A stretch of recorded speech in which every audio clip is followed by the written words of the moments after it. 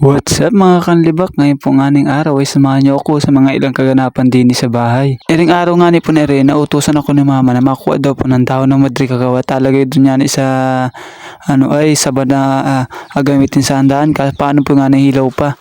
Yan po nga na pinagamit namin dito para mabilis mahinog yung saging na saba.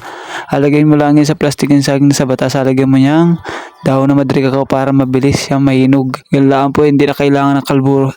Pagkatapos ko nga rin dyan malagay sa sako yung madri cacao na pinakuha sa akin ni mama, ay nilagpok-lagpok ko na po iring mga sitaw para sa ulam namin sa pananghalian. Ay nadalawa naman po kami din ng kapatid ko, tumakad nga ni si mama. Ay nagayat lang nga po ako dyan ng bawang at sibuyas at pinisa ko na nga po iring sitaw para may maulam na kami mamaya ang tanghalian. At yan, tinustos ko pa nga para man-chef na. Tapos naglagay pa ako dyan ng pamintang durog saka toyo para sa pampalasa ng ating gulay. Naglagay din ako ng tubig dyan para lumambot na yung ating sitaw. Mas masarap din dyan yung medyo malutong. Tapos nagsaing na rin ako. Naubusan nga po kami ng gasol dyan kaya din ako naggatong. Buti na lang po ng tanghali nakaluto naman ako ng sinaing. Tapos din lang po ako naggatong sa labas para makapagsaing para sa hapunan.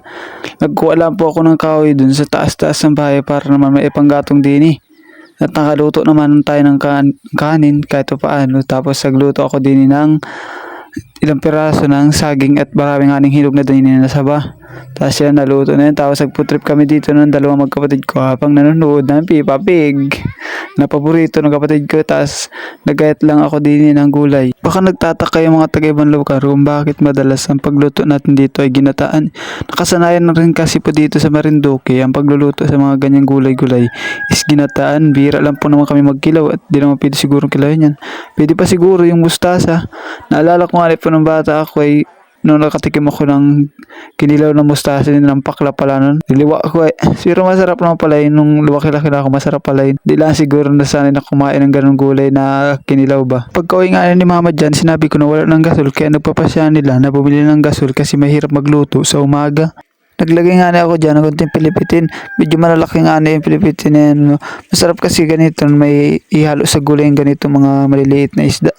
Lalo tuyo. Yan, malambot na nga dyan yung kalabasa at saka rin sitaw.